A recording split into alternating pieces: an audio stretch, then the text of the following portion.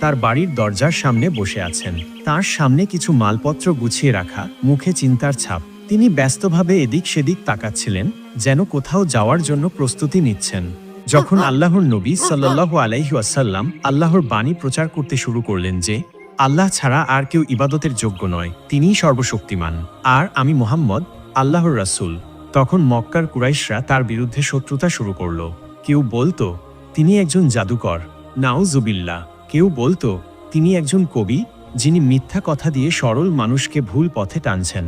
কিন্তু বিশ্বের শ্রেষ্ঠ ধৈর্যশীল নবীজি সাল্লাল্লাহু আলাইহি ওয়াসাল্লাম অসীম ধৈর্য ধরলেন, সমস্ত কষ্ট নীরবে সহ্য করলেন, একটি মুহূর্তের জন্য আল্লাহর পথে ডাকার কাজ থামালেন না। তার দৃঢ় বিশ্বাস আর অটল মনোবল ছিল পাহাড়ের চেয়েও শক্ত। কত মহান ছিলেন তিনি! সেই বৃদ্ধা তার বাড়ির উঠানে বসে এক দীর্ঘশ্বাস ফেলে নিজেই বিড়বিড় করে বলতে লাগলেন, না জানি যদি তার